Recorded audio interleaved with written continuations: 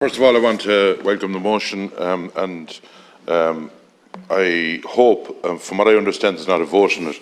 Does that mean that the whole deal is stopped? Or does the motion stand at all? Or are we here talking as usual most Wednesday nights, thinking that something happens, and the public out there thinking that something happened and it not happen at all?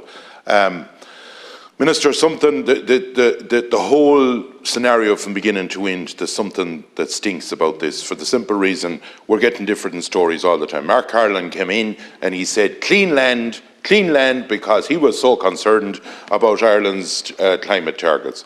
Now we see that there's 8,000 hectares being bought, and we know that in Tipperary there was land bought, and we know who that's registered in.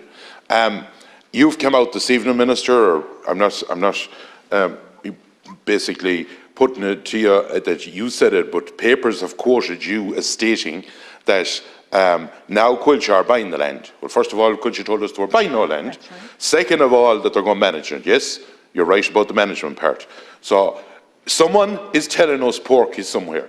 And I believe that we were misled within our committee. When Matt and all the committee was within, and myself, I think we were totally misled, because in my opinion the boat had sailed and what we were doing was playing catch up.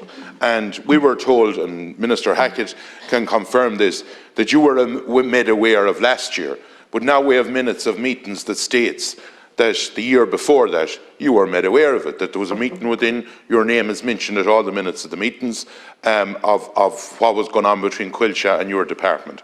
And this is a department, Minister, that if farmers had faith in it, would solve all the problems that ye have in your targets in a matter of a few years, if ye had the money to do it. But what has happened is farmers are sick to the teeth putting in requests to basically go planting 2, 3, 4 years, and then it's left there and the farmer has moved on. Time moves on, farmers move on.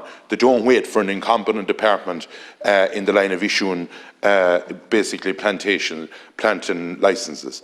And what we need to know is the truth of what's going on here. Is this deal finished? Second of all, you can say we're getting 25 million here in Ireland. It's a 200 million fund. I've done the figure of what they're doing. If you look at the hectares they're talking about 7,200 or 300 euro an acre. And if you do it up, it's fairly simple to do.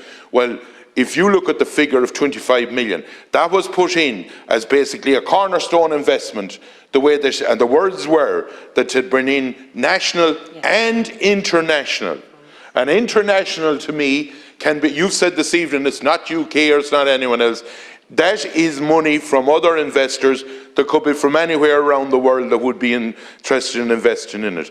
And don't go telling me then that the grants that goes for that, because they can draw the grants, that they can turn around, that money goes into them investors. That's for a pension fund somewhere, or for some investment down the road that someone has said, hey guys, we're going to go into this.